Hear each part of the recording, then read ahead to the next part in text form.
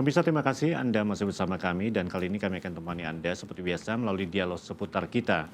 Kita akan membahas berbagai hal terkait dengan topik yang sudah kami sampaikan tadi tentang aksi koboi jalanan oknum aparat.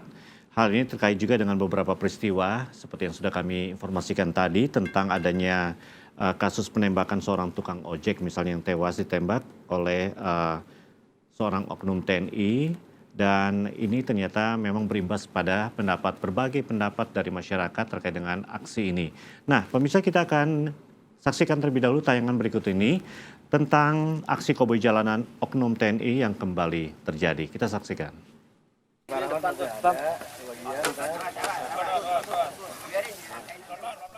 Tangis histeris menghantar kepergian Marsin Jasmani ke liang lahat. Pemakaman umum Ciri Mekar, Cibinong, Bogor, Jawa Barat inilah yang menjadi tempat peristirahatannya yang terakhir. Keluarga masih tak percaya Marsin yang akrab disapa Bang Japra berpulang begitu cepat, bahkan dengan cara tragis. Siapa menyangka Japra menjadi korban penembakan oknum anggota TNI. Anak Japra terpaksa kehilangan sosok ayah yang menjadi kepala keluarga. Keluarga berharap kasus penembakan ini diusut hingga tuntas. Keluarga meminta TNI bertanggung jawab atas ulah anggotanya yang menembak Japra secara sadis. 3 November 2015 menjadi hari paling kelabu. Japra, warga Ciri Mekar Cibinong, Bogor ini harus menemui ajal dengan cara yang tragis. Japra ditembak di bagian kepala oleh seorang oknum TNI berpangkat Sersan II dari Kesatuan Intel Kostra Cilidong berinisial YH. Peristiwa penembakan terjadi saat korban mengendarai sepeda motornya dan melintas di Jalan Raya Mayor Oking Cibinong. Saat di depan pom bensin Ciriung, korban menyalip kendaraan CR-V yang dikendarai pelaku. Tak terima kendaraannya disalip, pelaku langsung mengejar korban. Entah setan apa yang merasuki Serda YH. Saat terlibat adu mulut, tiba-tiba saja oknum TNI tersebut menunjukkan arogansinya dan menembak korban secara sadis. Wawan Supriyatna, Seputar Kita, Bogor, Jawa Barat. Pemirsa, itulah tadi tayangan tentang aksi koboi jalanan oleh oknum TNI yang kembali terjadi dan kita akan membahas tentang hal ini bersama dengan narasumber atau tamu yang sudah hadir di studio kami kali ini. Beliau adalah Bapak Jerry Indrawan selaku pengamat pertahanan. Apa kabar, Pak? Baik, Mas James. Baik ya. Ini kita membahas sesuatu yang memang baru terjadi, tapi kalau kita bilang terjadi mungkin beberapa waktu belakangan sering terjadi ya, Pak Jerry ya. Nah, tapi berbicara tentang hal ini sebetulnya fenomena yang terjadi seperti ini kembali ke pihak-pihak mereka yang memegang senjata gitu. Kok gampang banget gitu. Apa karena memang tadi sempat juga di break saya mungkin joke ya. Apa karena memang nggak pernah perang Indonesia sehingga ini kayaknya latihan tembak terus, akhirnya jenuh latihan tembak, kayaknya nembaknya ke lain tempat. Mungkin ini satu hal yang harus kita cermati tentang hal ini gitu. Kepemilikan senjata ini kayaknya panas banget nih orang yang pegang senjata nih. Kok gampang seperti itu, Pak? Jadi mencermatinya seperti apa, Pak? Iya, komparasi dengan Amerika saja hampir setiap minggu itu ada penembakan, itu ya. sekalipun bukan aparat ya, bukan tentara ya. Ya karena mereka legal ya gitu ya, bisa karena juga mereka sipil menggunakan sipil, itu. ada undang lebih mudah lah pemilikan senjata. Tapi poin saya adalah bagaimana seharusnya aparat itu ada gini, ketika Anda ingin menjadi seorang aparat pemerintahan, maka ada prosedur-prosedur khusus dan konsekuensi-konsekuensi khusus yang harus dipatuhi dan juga akhirnya dijalankan. Dalam hal ini saya melihat Mas James tadi bilang ada nggak pernah perang. Ya salah satunya karena itu. Karena nggak pernah perang akhirnya Bosan. Iya, nggak bisa dibilang bosan juga. Megang senjata gitu kan. Akhirnya menjadi apa ya? Menjadi terkesan aparat itu sendiri tidak diberdayakan begitu. Nah, karena memang prosedur tadi yang lalai untuk diterapkan baik oleh kesatuan ya maupun dia sendiri, maka terjadilah penembakan itu. Sekalipun kita tidak bisa melihat ini dalam konteks holistis, ini adalah kesalahan TNI. Tentu tidak. Ini adalah perbuatan oknum yang siapapun, tidak hanya aparat, siapapun bahkan presiden pun mungkin bisa saja melakukan kesalahan seperti itu. Oke. Nah, Pak Jerry ini mengamati tentang pertahanan kita nih, Pak. Mungkin bisa di-sharing nih di kita ya tentang bagaimana sih sebetulnya pertahanan kita ini termasuk sampai petugas-petugasnya itu sendiri gitu. Bagaimana? Ya, secara umum kondisi pertahanan kita memang agak lemah ketika pasca reformasi ya. Di mana dulu kita di embargo Iya. oleh Amerika, itu sangat-sangat semua orang tahu gitu bagaimana Riskan banget Pak. sangat membuat kondisi pertahanan kita lemah, dan itu juga yang membuat personel kita yang banyak sekali, tentara kita yang banyak menjadi yang kita bicara di awal tidak diberdayakan. Itu mengapa anggaran pertahanan juga harus tinggi, mengapa juga industri pertahanan juga harus bagus. Tujuan adalah menggalakkan ekonomi nasional dan negara secara umum. Iya, iya. Setiap negara besar di dunia ini pasti punya industri pertahanan yang bagus, pasti punya anggaran pertahanan yang tinggi, bukan untuk perang tapi untuk menggalakkan ekonominya. Ekonominya. Bayangkan saja, hampir semua alat-alat teknologi sipil itu pasti awalnya dikembangkan oleh militer, oleh industri pertahanan. Drone yang sekarang kita sering lihat kalau di TV-TV itu, Iya. mantau. Wah, Waktu ketika macet itu, Lebaran itu kan, nah, drone di mana-mana. Wah, drone kesana. Ada kamera, itu kan semua dari militer. Nah, kenapa bisa ada kasus penembakan seperti ini? Sebetulnya industri pertahanan, kondisi modernisasi alutsista, perbaikan kesejahteraan TNI. Seingat saya, oknum ini melakukan penembakan karena sedang ada masalah keluarga. Saya baca di beberapa media nasional dan juga statement dari TNI bahwa oknum ini ada masalah keluarga. Kalau masalah keluarga kan sekarang kita kembali ke pihak TNI itu sendiri. Betul. Ini kan namanya pemeriksaan psikologi, ya kan? Mungkin psikiater juga perlu kan, yang seperti itu kan? Ada. Ini sebetulnya menurut Pak Jerry sendiri, pemeriksaan seperti ini memang secara berkala, rutin, atau misalnya setahun sekali atau gimana nih? Berkala, Mas. Berkala. Di TNI kan ada dinas dispesiat, dinas psikologi. Lalu mereka juga setiap 6 bulan, setahun harus samapta, harus 6 bulan latihan. ya, 6 bulan. Kurang rutin. lebih 6 bulan sampai setahun Cukup pasti ada nggak sih 6 pemeriksaan. bulan sih Pak? Lebih dari cukup harusnya. Karena jiwa orang kan tiba-tiba sebulan juga bisa terguncang seperti itu kan? Tapi itu kan pemeriksaan yang rutin. Nah, komandan kesatuan kan lebih tahu sebetulnya bagaimana Harusnya, kondisi anak buahnya. Nah, seharusnya komandan kesatuan bisa melihat bagaimana kondisi psikologisnya, dan ketika memang nanti ada permasalahan dia kan bisa melapor ke atasannya atau diminta dia untuk memeriksakan diri ke psikiater atau ke dokter begitu. Jadi lebih harus ada responsif dari pihak TNI itu sendiri. Oke, nah sekarang gini kan, kalau misalnya dari pihak atasan udah tahun, tapi kan kasusnya berulang terjadi, ya kan? Kemudian juga hukuman yang diberikan ya kelihatannya agak ringan nih, 7 tahun, ini tahun-tahunnya kalau bilang cepat-cepat amat gitu ya. Nah kan kembali ke korpsnya itu sendiri sebetulnya. Nah kita kan melihat mereka tuh pegang senjata ya hampir tiap hari kesana kemari gitu ya. Malah ada yang beranggapan bahwa mereka yang memegang senjata ini superior, seakan-akan merasa saya paling super ini di jalanan seperti itu. Kan kasusnya bukannya penembakan Pak, lalu lintas juga ada kali mereka lebih dominan seperti itu kan, malah melanggar lalu lintas. Nah ini kalau melihat kacamata dari kepemimpinan itu sendiri seperti apa? Sebetulnya penerapannya tegas atau enggak sih? Ya, yang pertama kita harus lihat bahwa ini dilema demokrasi. Bagaimanapun kita negara demokrasi, tapi punya angkatan bersenjata. Kalau kita bandingkan lagi dengan Amerika misalnya, contoh sederhana aja Mas James. Di kita kan tentara itu keluar tetap pakai seragam. Di sana tidak boleh pakai seragam. Oh gitu. Nggak boleh pakai seragam. Ketika dia bertugas maupun tidak bertugas. Kalau masuk ke daerah wilayah sipil ya. Nah kalau di kita kan tidak. Itulah muncul nanti petenteng dan segala macam yang di jalanan dan apa. Tapi itu kan sekali lagi hanya oknum sebetulnya. Tidak semua, karena kalau bicara aturan kita bicara protap. Protapnya itu tentara ketika dia tidak bertugas tidak boleh bawa senjata. Ketika dia bertugas dia boleh bawa senjata, tapi setelah selesai bertugas senjatanya dikembalikan. Protapnya itu ya? Itu protapnya. Ketika dia bertugas tidak memakai seragam, pelaku ini kan Kostrad intelijen, dia tidak pakai seragam. Ya. Nah, kalau pakai ya ketahuan. Nah, kalau pakai ketahuan pasti. Nah, dia tidak pakai seragam tapi bawa senjata. Harus ditanyakan lagi kapasitasnya sebagai apa dia di sana. Tapi sekalipun dia sedang bertugas ketika itu sangat tidak dibenarkan untuk melakukan penembakan, apalagi penganiayaan. Karena ada hukumannya, ada peradilan militernya. Kalau tadi Mas James bilang tidak parah, justru parah sekali hukumannya. Yang pertama dipecat. Pasti. Yang kedua ada Kitab Undang-Undang Hukum Pidana Militer. Dan yang ketiga ada Kitab Undang-Undang Hukum Pidana Sipil. Dia bisa dikenakan 3 hukuman tadi itu. Bahkan hukumannya mungkin lebih dari 7 tahun.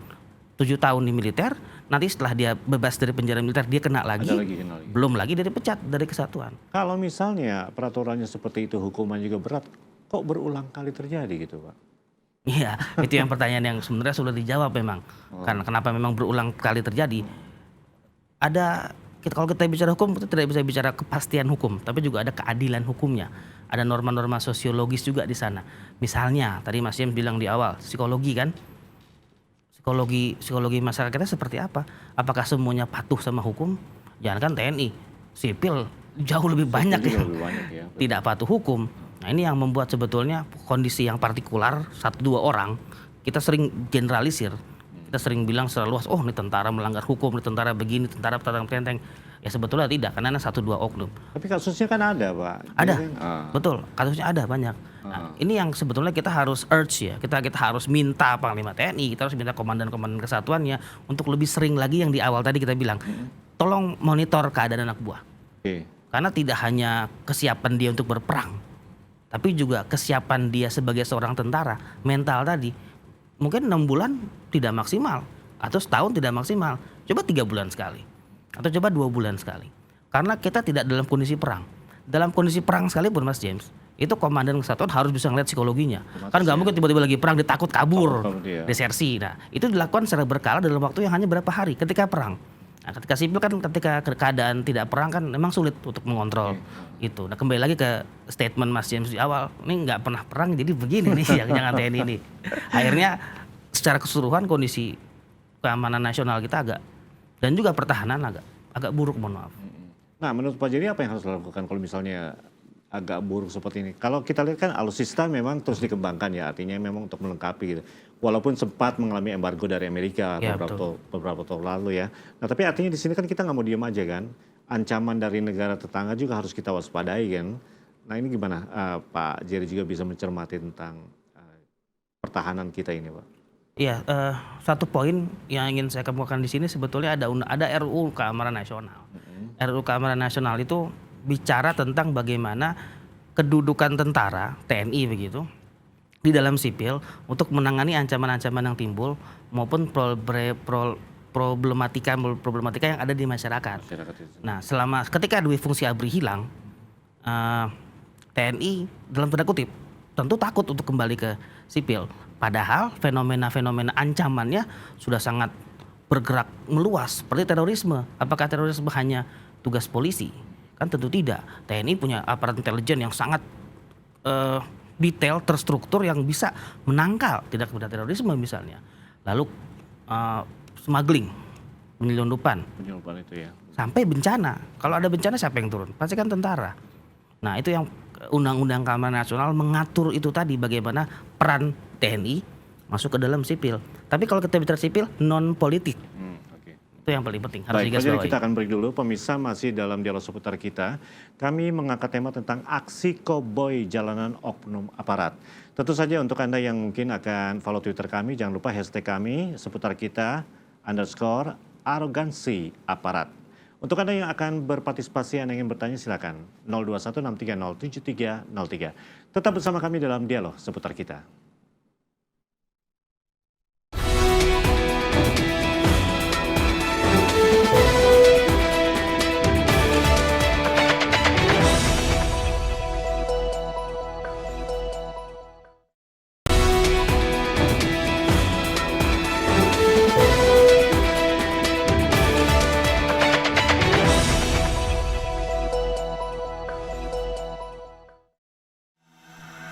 Aksi koboi jalanan yang dilakukan oknum aparat dari tahun ke tahun terus mengalami peningkatan.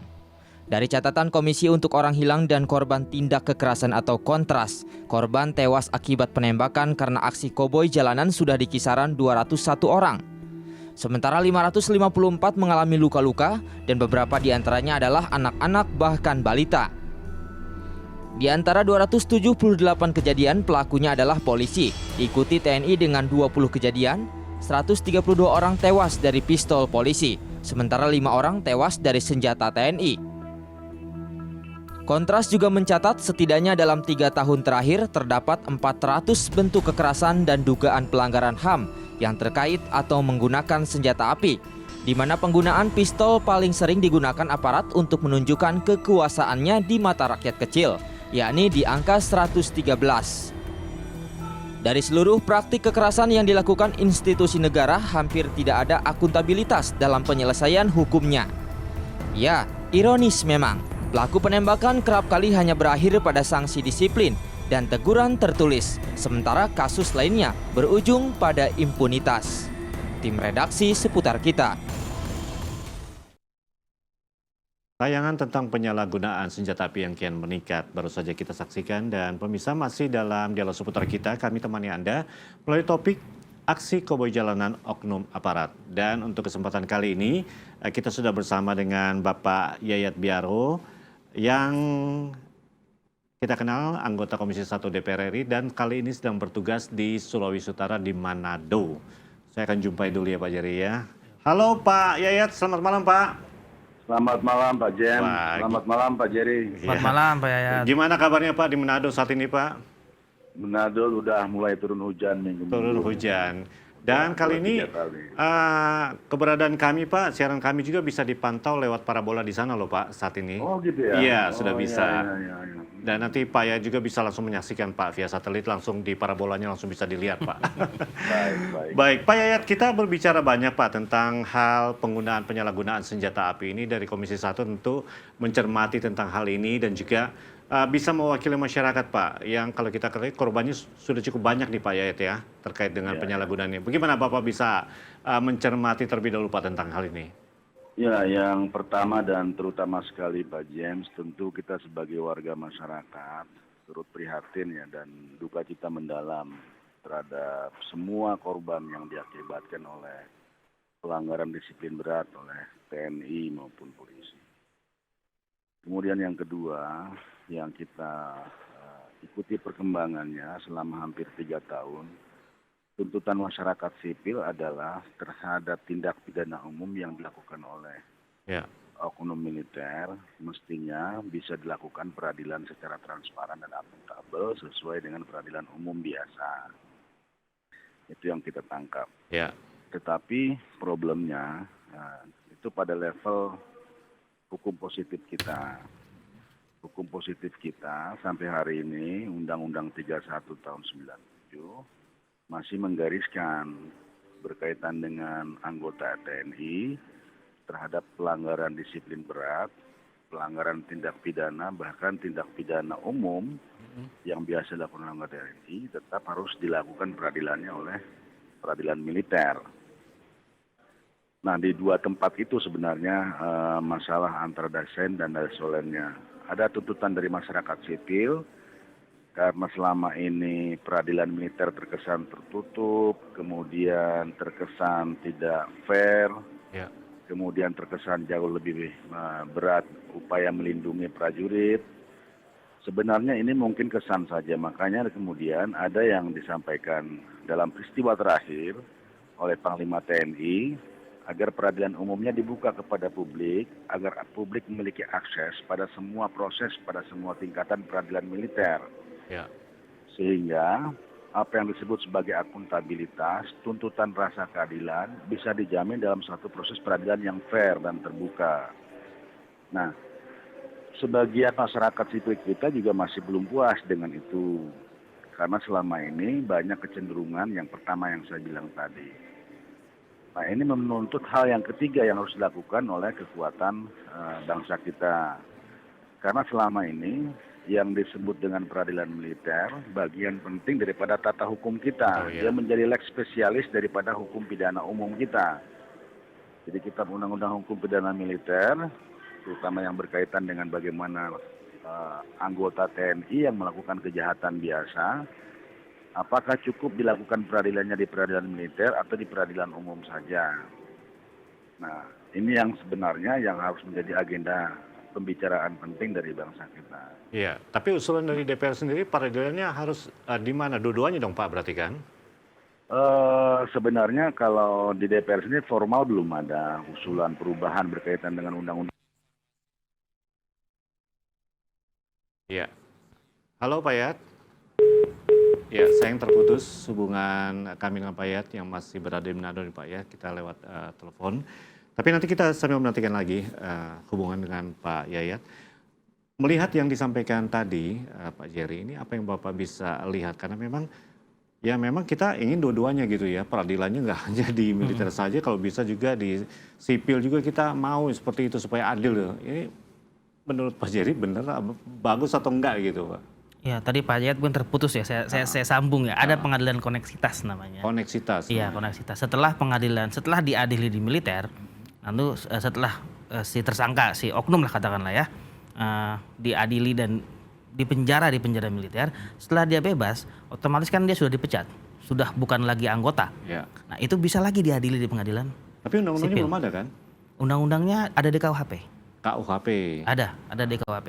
Diatur tentang pengadilan koneksitas pasal 89 kalau tidak salah. Kalau tidak salah diatur. Kejadiannya sempat ada ketika kasus Trisakti dan Timur kalau tidak salah ya. Itu sempat ada, tapi kan itu kasusnya besar ya. Baik. Bukan kasus penembakan biasa. Baik, kita sudah bersama dengan Pak Yayat. Halo Pak. Iya, Pak Jen. Iya, tadi sempat terputus. Artinya sekarang Pak yang menjadi pertanyaan, apakah pihak DPR ini sudah duduk sama-sama nggak dengan pihak militer itu sendiri? Karena kan kasus ini dari waktu ke waktu terus ada ya Pak ya. Artinya memang peristiwanya terus terjadi nih Pak. Nah kira-kira apa nih yang bisa DPR lakukan untuk bisa jangan sampai timbul korban lagi deh seperti itu Pak?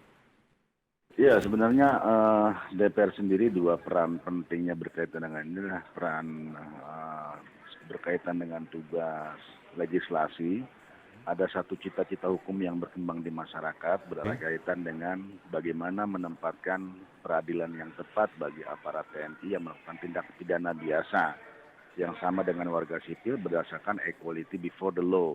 Ya. Ini yang pertama. Yang kedua berkaitan peran DPR sebagai tugas pengawasan terhadap pelaksanaan undang-undang dari semua aparatur pemerintah, termasuk juga TNI. Nah tentu dalam dua peran itu, peran yang paling berat adalah peran pertama, karena dibutuhkan keseriusan, dibutuhkan kajian, dibutuhkan rancangan undang-undang yang mendalam, dibutuhkan naskah akademis yang serius, yang mempertimbangkan banyak aspek.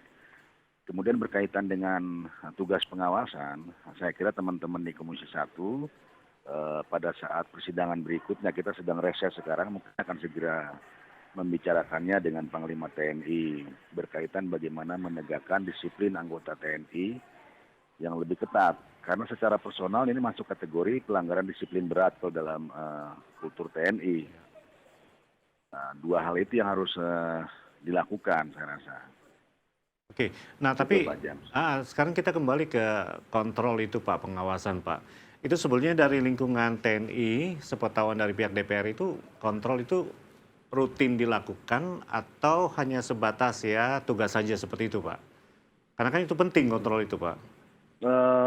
Jabatan anggota DPR itu 24 jam melekat Pak, kapan saja sebenarnya. Jadi bagaimana melakukan pengawasan itu selama 24 jam kita bisa melakukan pengawasan terhadap berbagai penyimpangan dari pelaksanaan undang-undang oleh aparatur pemerintah termasuk TNI. Tetapi menyalurkannya banyak caranya.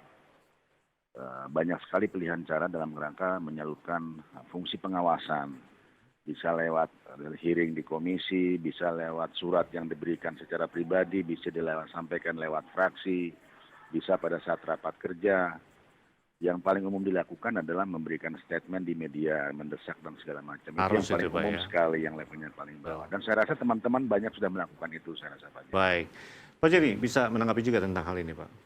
Iya, pengawasan tidak hanya di DPR tentunya, tapi leading sektornya tentu harus di TNI itu Otomatis sendiri. ya. Otomatis yang Dia saya lebih katakan. in-touch, lebih Karena in-touch-nya menyentuh lebih kan. menyentuh karena DPR kan hanya bicara dari konteks umumnya saja. Oke.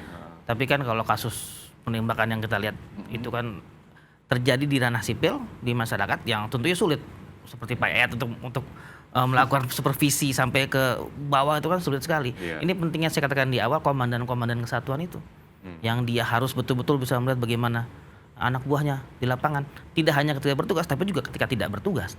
Selama ini boleh dikatakan kurang dong Pak, yang komandannya turun ke bawah ban. Ya mungkin karena tidak perang itu tadi. Oh, Karena emang tidak perang akhirnya jadi komandannya juga kurang memperhatikan bagaimana tidak hanya soal psikologi tapi juga soal kesejahteraan dan sebagainya ya.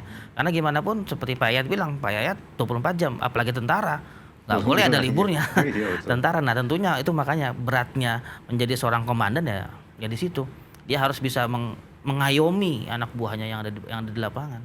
Oke, saya cermati ini ada undang-undang peraturan di militer sendiri pasal 7 ya, kalau nggak salah tahun 2010 ini tentang kepemilikan, perizinan juga, senjata dan lain sebagainya. Itu sebetulnya udah mewakili atau belum sih, Pak? Ya tentunya belum sebetulnya karena masih harus diregulasi lebih detail lagi. Gitu. Nah saya minta Pak Yayat mungkin nanti bisa. Harus ya. Gitu. Iya. Bagaimana Harus Pak lebih Yayat detail tentang lagi hal ini, diatur. Pak? Ya, dalam aturan di internal TNI sendiri yang disebut sebagai penyalahgunaan senjata api itu sebagai pelanggaran disiplin berat.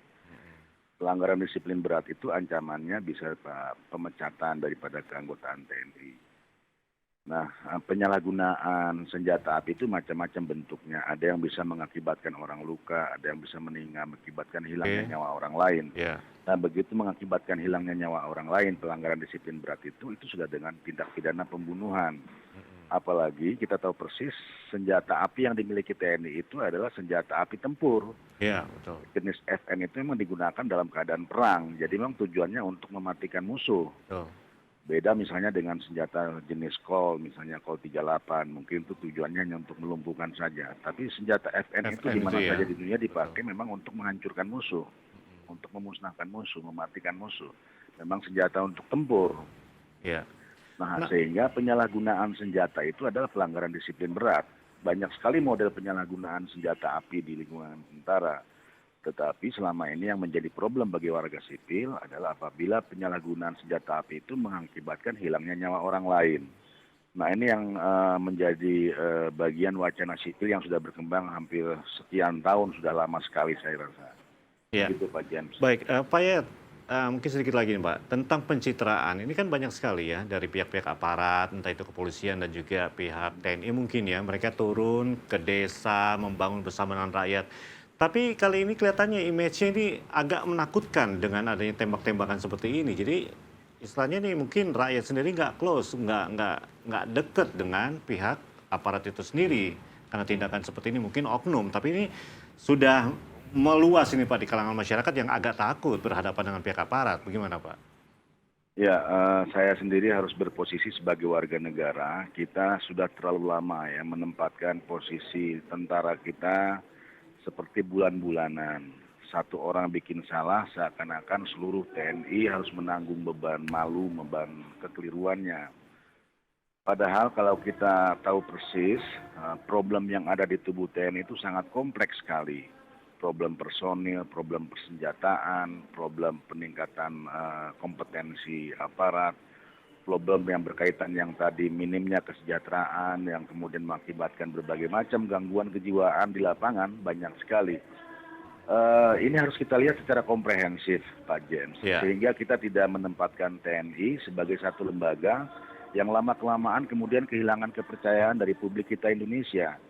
Padahal hampir semua negara besar di dunia ini menempatkan angkatan bersenjatanya dalam tempat yang sangat berwibawa.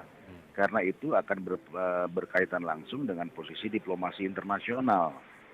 Nah, kita ini kalau kita ngomong serius tentang TNI kita sangat prihatin dengan minimnya persenjataan yang mereka miliki. Saya kemarin lakukan kunjungan kerja ke daerah. Ada satu daerah teritorial Angkatan Laut yang itu punya daerah operasinya sangat luas, tapi cuma punya satu kapal operasi, kapal patroli yang kapalnya cuma 9 meter, kecil sekali. Dan apabila dalam kondisi ombak 1 meter saja tingginya, itu kapal sudah nggak bisa beroperasi. Ya betul Pak. Dan itu ternyata bukan cuma di satu daerah, hampir semua daerah. Kemudian saya mendapati juga ada satu korem, satu kesatuan yang jumlah personilnya lebih banyak daripada jumlah senjata apinya. Bukannya pengadaan alutsista itu sudah semakin ditingkatkan, Pak? Sudah kita tingkatkan, tapi belum cukup. Kita memiliki kapal selam cuma 3. Sementara kalau kita bandingkan Singapura yang tidak punya lautan luas, kapal selamnya lebih dari kita, lebih canggih. Dalam posisi demikian, tidak tepat juga apabila kita terus menempatkan TNI dalam posisi bulan-bulanan di citranya di depan publik.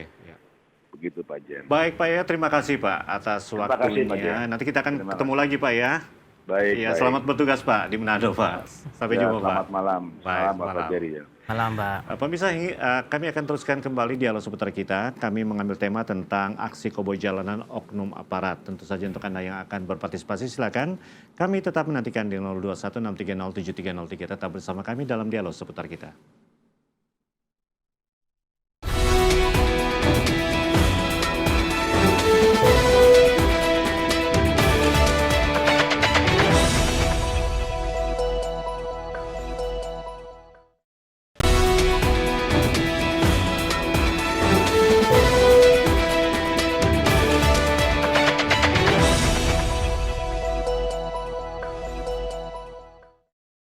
terima kasih Anda masih bersama kami dalam dialog seputar kita. Saya masih bersama dengan Pak Jerry. Tadi berbagai hal disampaikan oleh Pak Yayat Biaroya terkait dengan topik yang kita hadirkan pada kesempatan kali ini. Mungkin Pak Jerry, kita bisa cermati salah satu hal. Tadi saya bisa ambil poinnya salah satu tentang kesejahteraan itu sendiri, Pak.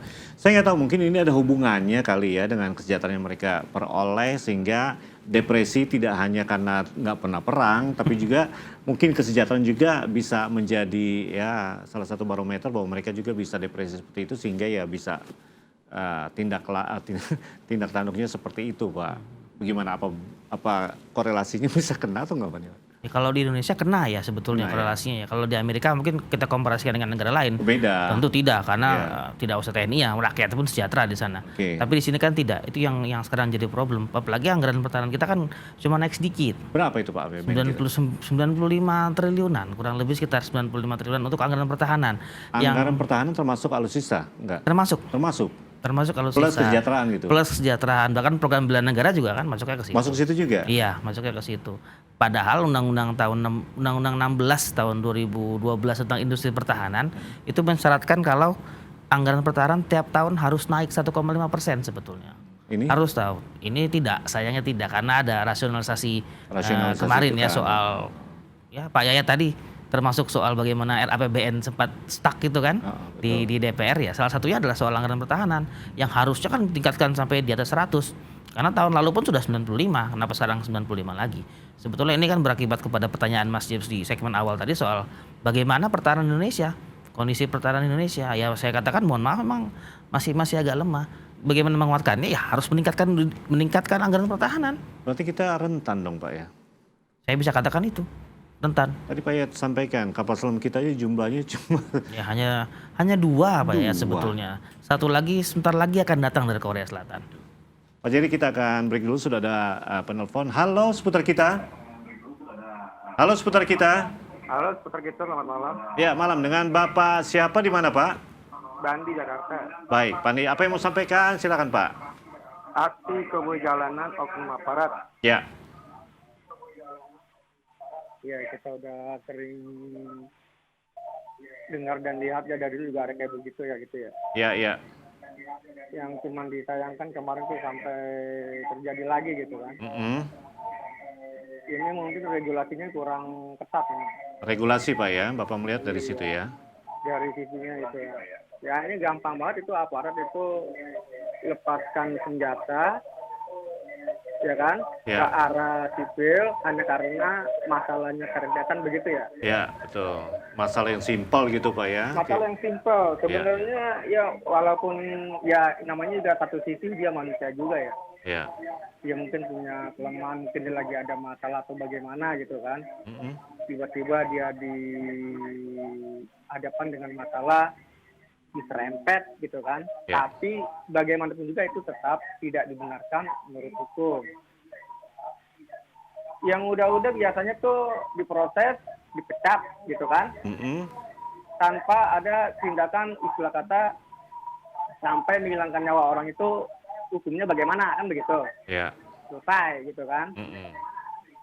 Jadi menurut saya kedepannya tuh regulasinya mungkin harus ya gimana lah diperketat lagi lah begitu. Ditingkatkan lagi ya regulasinya ini Pak. Ditingkatkan lagi.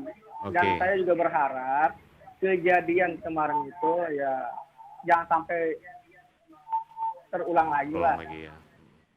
Tapi ya kalau bisa ya seperti tadi saya bilang itu regulasinya diperketat lagi gitu. Oke, baik. Dulu dah. Ya. Baik, terima kasih.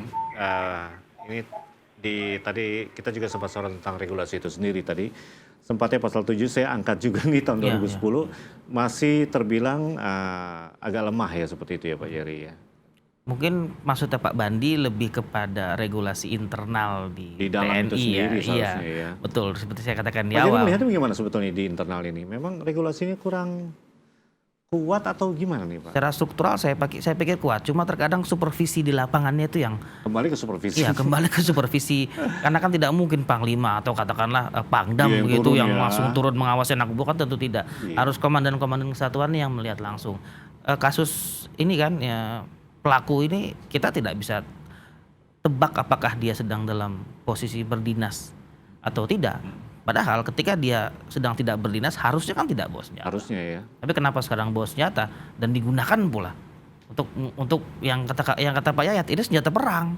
Ini untuk perang. Kenapa justru membunuh warga sipil Protapnya sendiri? ada dong tentang hal itu. Ada yang tadi saya katakan di awal, ada protapnya bahwa ketika dia sedang tidak bertugas, senjata apapun harus ditaruh di barak. Harus ditaruh di markas, tidak boleh dibawa. Ketika sedang bertugas ada izinnya, pulang bertugas kembalikan lagi. Jadi senjata itu nggak boleh dibawa kemana-mana, petenteng begitu nggak boleh. Kalau misalnya protapnya ada seperti itu, artinya sekarang ya harus sidak dong Pak ya ke semua anggotanya itu ya. Kalau misalnya di jalan-jalan juga pada saat mendapati ada mungkin anggotanya yang sedang jalan biasa seperti itu, naik motor dan sebagainya, tiba-tiba bawa ini, ya itu saya nggak tahu nih apa memang lemah, hukumannya lemah sehingga mereka bisa bawa lagi gitu Pak, enggak? Petugas begini, katakanlah di markas, di entah itu Kodam atau apa ya, ada petugas senjata sebetulnya yang mengatur distribusi keluar masuknya gitu senjata. ya? Iya ada. Kalau memang ingin dilihat, kita bicara supervisi, komandan kesatuan harus melihat kondisi senjata itu, apakah masih ada atau tidak. Siapa yang bertugas, setelah dia bertugas apakah dikembalikan atau tidak. Terkadang ini yang sering tidak terjadi begitu. Akhirnya kalau misalnya bawa aja gitu senjatanya. Boleh dibawa pulang itu sebetulnya? Tidak boleh tentunya. Tentunya tidak boleh dibawa pulang. Itu tadi makanya ketika dia sedang bertugas atau setelah bertugas dia harus kembalikan lagi senjatanya. Nah, itu pentingnya petugas yang menjaga senjata lah katakanlah ya. Yang tugas menjaga senjata untuk bisa melihat distribusi keluar masuk senjata itu. Dan komandannya yang memberikan dia tugas. Karena ketika dia tugas dia ada surat tugas. Tidak mungkin tidak ada surat tugasnya. Dan komandan pasti tahu apa yang terjadi. Harusnya bahkan komandan yang baik itu tahu anggotanya ini kemana, lagi melakukan apa. Apalagi dia bawa senjata. Artinya yang bertanggung jawab ini yang spesial untuk ngurus-ngurusin senjata itu dong Pak ya? Ya tentunya kalau kita bicara bertanggung jawab adalah komandannya ya, bagaimana. Komandannya memang betul. Tentunya komandannya karena kita bicara chain of command di TNI. Tetapi esensinya adalah bagaimana peran petugas senjata tadi untuk melaporkan, ini loh senjata ini belum kembali misalnya. Dia kan melapor ke atasan. Atasan kan bisa memanggil pihak yang bersangkutan untuk mengembalikan senjatanya atau bagaimana. Itu supervisi itu sebetulnya yang di bawah yang kadang-kadang kurang berjalan. Sekalipun aturannya ada ya. Tapi ya sekali lagi tadi Pak Bandi bilang namanya juga tidak hanya masyarakat, TNI juga bisa hilaf begitu. Dan tapi saya tertarik tadi, sebetulnya senjata tuh nggak boleh dibawa pulang ya? Iya tentu sangat tidak boleh, sangat tidak boleh. Tapi kasus yang terjadi selama ini kan ini ada di jalanan, ya kan. Kemudian mereka yang pakai baju-baju sipil seperti itu tiba-tiba keluarin senjata. Nah ini kan sebetulnya sidak atau sweeping ini udah langsung dilakukan aja ke anggotanya di rumahnya gitu bawa senjatanya. Harusnya langsung pecat. Baik Pak, jadi kita break dulu, sudah ada penelpon. Halo seputar kita. Halo. Halo. Ya, dengan Bapak siapa di mana Pak? Ini Pak Har.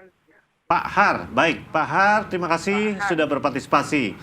Silakan Pak, apa yang mau disampaikan langsung saja Pak. Iya. Kalau saya menganggap yang koboi jalanan itu harus diimbangin. Iya. Dengan cara ya kayak zaman dulu lah, rakyat dipersenjatai, jadi bisa mengurangi penduduk di Indonesia tuh. Iya, terima kasih begitu aja. Iya, ini gimana bisa nangkep Pak? Iya kalau rakyat bersenjatai takutnya kerusuhan tentunya. Kita lihat bagaimana kasus Suriah, di Libya, di Timur Tengah ketika rakyatnya dipersenjatai dan akhirnya bisa melawan pemerintah dan menimbulkan kita kondisi perang konflik yang besar dan juga kita tidak dalam kondisi perang kan. Iya. Kalau memang ada wajib militer iya rakyat bersenjatai, tapi itu kan aturannya sangat ketat sekali Mas. Tapi sebentar lagi ada wamil Pak. Baik Pak, jadi kita akan break dulu. Pemirsa, masih dalam dialog seputar kita, kami mengangkat tema tentang aksi koboi jalanan oknum aparat. Untuk Anda yang akan berpartisipasi masih ada waktu, silakan hubungi 0216307303. Tetap bersama kami dalam dialog seputar kita.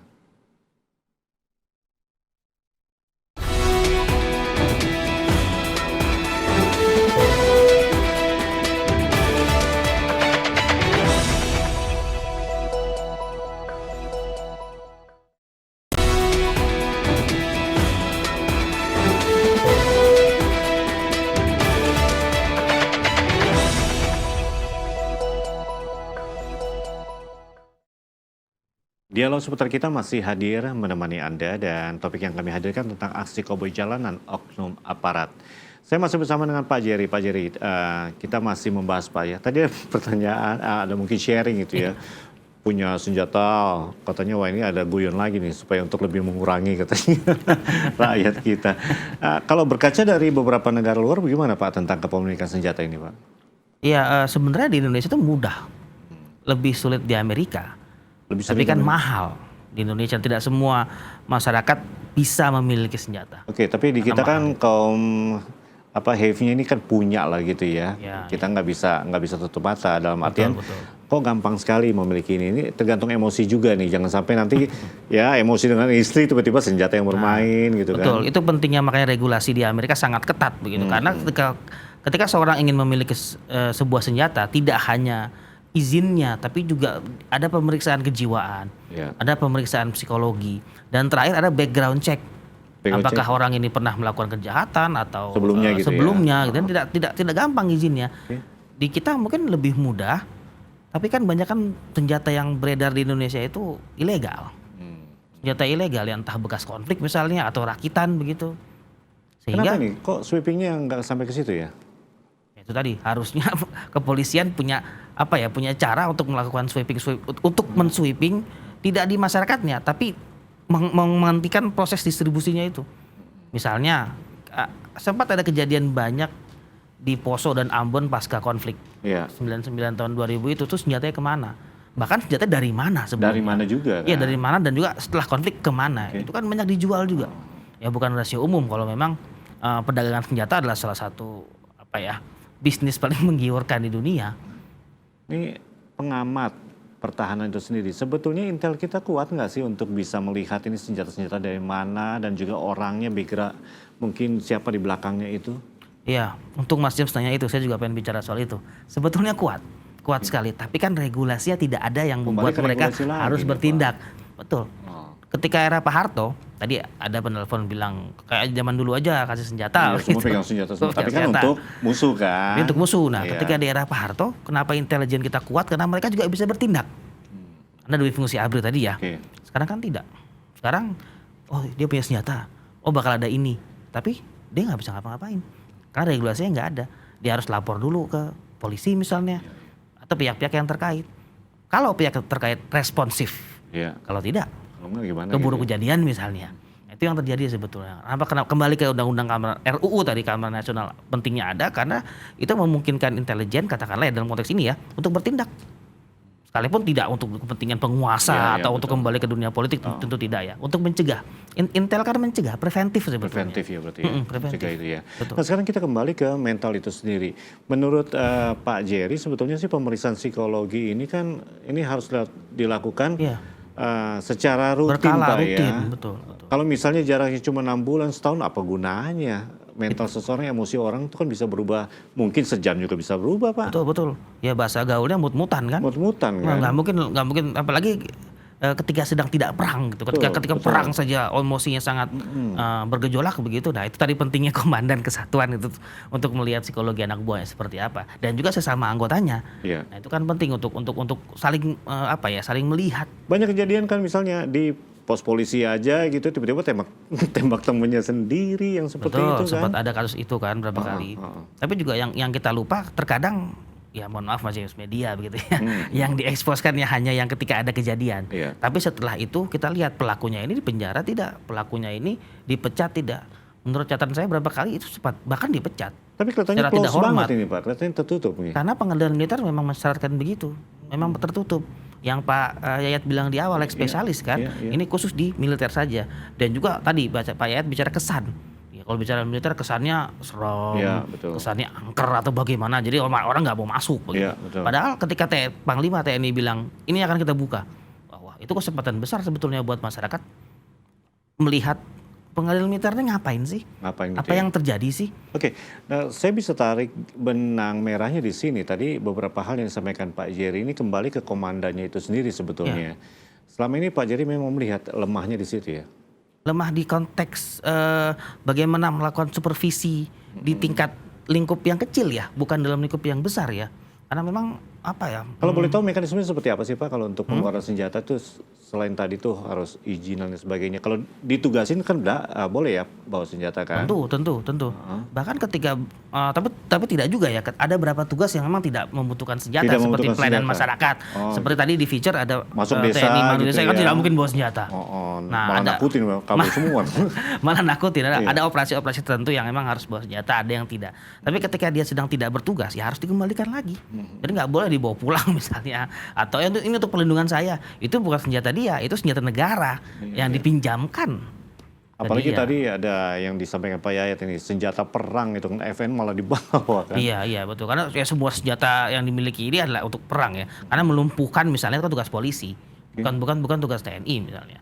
Ya, untuk TNI tidak. era saat ini menurut Pak Jerry seperti apa sih kita punya mungkin anggota-anggota TNI ini apakah mereka memang betul-betul mau dekat dengan rakyat atau seperti apa gitu Pak? Justru TNI sekarang ingin memperbaiki citra buruknya mereka di era Orde Baru itu. Caranya adalah dengan dekat dengan masyarakat. Tapi ya saya setuju dengan Pak Yayat, kita nggak bisa lah menggeneralisir satu oknum nih gara-gara satu oknum semua TNI kena gitu ya kan tidak melihatnya tidak seperti Tapi itu. kasusnya kan sering terjadi Pak. Betul, berulang-ulang terus. Berulang-ulang. Sama seperti kasus ketika polisi juga melakukan hal yang sama sebetulnya berulang-ulang. Tapi kan kita nggak bisa harus apple to apple lah. Apple to apple ya. Apple to apple, satu dua orang berulang-ulang dibandingkan dengan semua Iya. anggota TNI kan tentunya tidak bisa. Tapi kita juga tidak bisa nggak bisa serta-merta tutup mata begitu aja udah biarin cuma satu kejadian yang nggak bisa. Mungkin satu kejadian someday akan Berulang seperti lagi ya. bola salju begitu akan berulang lagi. Nah itu pentingnya regulasi, kembali lagi soal regulasi ya. Iya, Pentingnya regulasi sama pembenahan internal. Tadi masih bicara kesejahteraan, ya harus kasih kesejahteraan dong. Kalau enggak ya pasti dia mut-mutan tadi itu. Kecil Pak ya dapat nih Pak. Ya saya bisa bilang begitulah. Padahal kan diperjuangkan terus Pak lewat APBN itu sendiri. Sekarang anggaran pertahanannya hanya 95 triliun katakanlah ya. Itu belum buat alutsista. Nah, apalagi gini, saya katakan di awal segmen, sebuah negara yang baik, sebuah negara yang bagus harus punya defense industry dan anggaran pertahanan yang kuat. Gimana caranya ya dengan alutsista itu. Oke, tapi ini kan bukan alibi ya Pak ya? Bukan tentunya. Bukan kan? Karena faktanya udah ada yang seperti ini kan? Negara-negara Skandinavia itu adalah negara-negara yang demokratis tapi anggaran pertahanannya tinggi walaupun mereka nggak perang. Denmark, Norwegia, Swedia, Finlandia, karena mereka yakin bahwa industri pertahanan itu bisa menggalakkan semua industri ekonomi di negara mereka. Makanya mereka di negara yang bagus. Pertanyaan saya Pak, ini serdadu kita berapa banyak sih Pak di Indonesia ini dibanding rakyatnya 250 jutaan ini Pak? Ya kurang lebih 500 ribuan itu. Cukup nggak Pak? Ya tentu tidak cukup. Oh, gitu ya? Tentunya tidak cukup. Itu sebetulnya kenapa ada program bela negara, nanti akan ada program diusulkan misalnya wajib militer ya. Karena tujuannya untuk mengimbangi tadi. Polisi pun masih kurang kan? Masih kurang juga kan? Sangat kurang untuk melindungi segenap bangsa Indonesia yang 250 juta ini. Belum lagi ancaman dari luar. Teringat tahun 98 dulu kerusuhan itu polisinya pada kemana semua, saya nggak tahu nih apa kurang, Iya, itu apa juga. ketakutan dan lain sebagainya. Betul. Sekalipun mereka tidak ketakutan dan turun, kan tetap kurang. Bagaimana menghadapi massa yang beringas sebanyak itu? Kita lihat beberapa kerusuhan, kasus Salim Kancil saja yang di Lumajang. Iya. Banyak Salim orang Kancil, kumpul betul. satu. Polisinya kemana? Bukan karena dia tidak mau atau bagaimana, ya karena kurang. Ya, dia juga bisa berpikir secara waras ya, kalau saya turun ke sana malah saya nanti yang kena ya. Gitu ya. Gitu itu yang terkadang Baik Pak, jadi problem. nggak terasa kita nih sebenarnya masih banyak yang harus kita Iya, sampaikan Pak terkait dengan fenomena ini. Mungkin sedikit saja Pak kesimpulan apa yang bisa Bapak sampaikan Pak. Iya, pemeriksaan psikologis itu penting sebetulnya. Pentingnya. Dan peran komandan kesatuan untuk menilai psikologi dari anak buahnya itu harus jadi yang terutama. Karena sekali lagi kita tidak dalam kondisi perang. Kedua, kita punya keterbatasan sisi anggaran, sisi kesejahteraan yang tadi Pak Yayat sempat sebutkan. Dan ketiga, ya regulasinya itu sendiri masih pertama tumpang tindih, yang kedua belum ada regulasi umum, bahkan regulasi khusus yang mengatur tentang masalah ini. Itu makanya tadi saya sangat tekankan tentang pentingnya RUU Keamanan Nasional untuk mengatur hal-hal yang seperti ini supaya nggak terjadi. Oke. Baik, artinya ada beberapa kekurangan itu tetap kita yakin kita bisa antisipasi dengan nanti ke depannya itu bisa diatasi Pak ya, baik Betul. regulasi dan sebagainya lebih lagi ditingkatkan itu Pak ya. Ya. Baik Pak Jerry, terima kasih Pak Nanti Sama-sama, kita akan ketemu Mas lagi James. di lain kesempatan, Pak. Siap. Pemirsa, hingga di sini kami hadir menemani Anda melalui dialog seputar kita. Tentu berbagai hal yang kami sampaikan, kami bicarakan kali ini dapat bermanfaat untuk kita semua dan kita mengharapkan untuk waktu ke depan tidak ada lagi korban-korban seperti ini dan itu yang kita harapkan. Hingga di sini kami hadir menemani Anda lewat dialog seputar kita. Kita akan jumpa lagi di lain kesempatan. Sampai jumpa. Thank you Mas James.